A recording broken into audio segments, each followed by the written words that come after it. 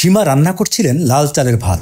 বাইরে থেকে দেখে মনে হবে সাধারণ ভাতই, কিন্তু এই চালটা নিয়ে এখন অনেকেরই কৌতূহল। আগে লজ্জা পাইছে, মানুষ খায় নাই। কেউ বলেন ডায়াবেটিসে ভালো, কেউ বলেন স্বাদটাই আলাদা। আবার অনেকে ভাবেন এই চাল এত দামি কেন, এটা বড় লোকরাই এখন বেশি খায়। তাই লাল চাল নিয়ে সব প্রশ্নের উত্তর খুঁজতে আমরা গিয়েছিলাম নাটোরে, যেখানে এই চাল হয়, শুকায় আর শহরের বাজারে আসে। চলুন চাষিদের মাঠ থেকে শুরু করে সীমার প্লেট পর্যন্ত পুরো জার্নিটা দেখে আসি।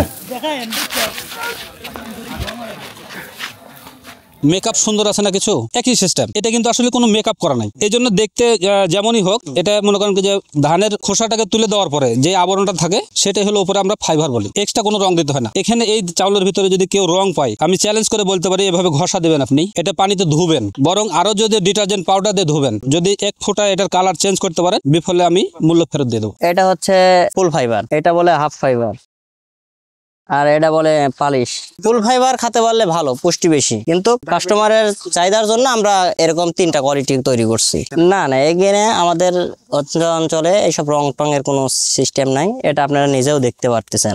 আমার জানা মতে আমাদের অঞ্চলে এই চাউলটা পাওয়া যায়, তাছাড়া অন্য কোনো জায়গা এরকম ভাবে হয়ও না করা যায়, শুধু চলন বিলের মধ্যে এই ধানগুলো হয়। আজ থেকে 50 বছর আগে এই চাউলটা ঢেকিতে ছাড়তো, আমাদের মা বোনেরা মহিলারা ঢেকিতে ছাড়তো, ছাটার পরে তখন এই চাউলের ভাত খাইতো। যুগ আপডেট হওয়ার পরে যখন অটো মিল, রাইস মিল আসলো, তখন এই চাউলের এই ফাইবারটাকে ছেটে মিনিকেট, চাউল ছেটে মিনিকেট করা হয়। আসলে মিনিকেট কোনো ধান নাই, বিভিন্ন জাতের ধান আছে, সেই ধানকে ছেটে চাউলকে মিনিকেট করা হয়, সেটাই আমরা বাজারে বিক্রি করছি। আমরা দ্বিধার্সে খাচ্ছি, যার কোনো পুষ্টিগুণ নাই। কিন্তু গবেষণা, কৃষি গবেষণা ইনস্টিটিউট যখন গবেষণা করে দেখলো যে আসলেই আমাদের এই রাইস মিল, অটো মিলের ছাটা চালে পুষ্টিগুণ নাই, তখন তারা পুনরায় আবার আগের জন্মে ফিরে গেছে। ডাক্তারদের এখন প্রেসক্রিপশন হয় যে আপনার ফাইবার যুক্ত চাল খাবেন, সেখানে ফাইবার আছে, আয়রন আছে এবং অ্যান্টিঅক্সিডেন্টও আছে। এটা মূলত আমন ধানের চাউল। এই চাউলের মূল বিশেষত্ব হচ্ছে এটার মধ্যে আছে অ্যান্টিঅক্সিডেন্ট, আয়রন এবং ফাইবার, এই 3টা উপাদানের সমন্বিত। আরো অনেক উপাদান আছে, কিন্তু মূল উপাদান 3টা।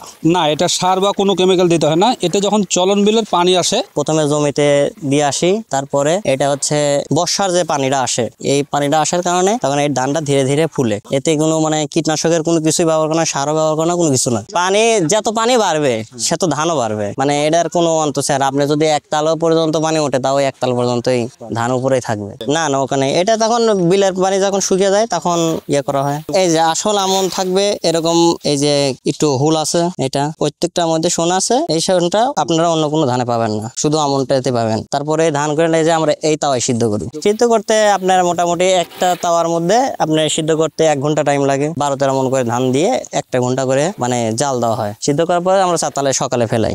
এই ধানটা আমরাই উৎপাদন করেছি, আমরা 12 মাস খাই। এই ধানে প্রোটিন বেশি, এই ধানটা শক্তিশালী, এই ধানে সার ওষুধপাতি লাগাই না ধরা চলে। এটা খায় যে আগেকার মানুষ খেয়ে গেছে, ওরা অনেক রোগ বৃদ্ধি কম ছিল, শক্তি বেশি পাইছে, এই জন্য এটা তথ্য নিয়ে বের করছে। এটাই সুন্দর। আগে লজ্জা পাইছে, মানুষ খায় নাই, বলছে গরিব মানুষ খায়, এটা গরিব মানুষের খাবার, কিন্তু এখন মানুষ বুঝতে পারিছে যে এটার মধ্যে শক্তি। এটা বড় লোকরাই এখন বেশি খায়, এতে আর 12 মাস আমাদের এটা ব্যবসা চলতেছে। আগের থেকে এখন বেশি, এখন প্রত্যেক দিন গাড়ি 2-4-5 খান লোড হয়। আগে গরিব মানুষ খাইতো, এখন বড় লোকরা খায়, শিল্পপতিরা খায়, বড় বড় ডাক্তার, ইঞ্জিনিয়ার তারা খায়। গরিব মানুষ খাওয়া বাদ দিছে। গরিব মানুষ সাদা চাল খায়, আর বড় লোকরা এখন এই লাল চাল খাওয়ালে পাগল। চলন বিল ছাড়া এটা কখনো পাওয়া যায় না। চলন বিলের ধান, চলন বিলের চাউল চৈত মাসে বুনতে হয়, আগুন মাসে যা কাটতে হয়। এই ধরনের ধান দিয়ে হলো কথা, আমার ধান হয়ে গেলে গুছা তুলতেছি।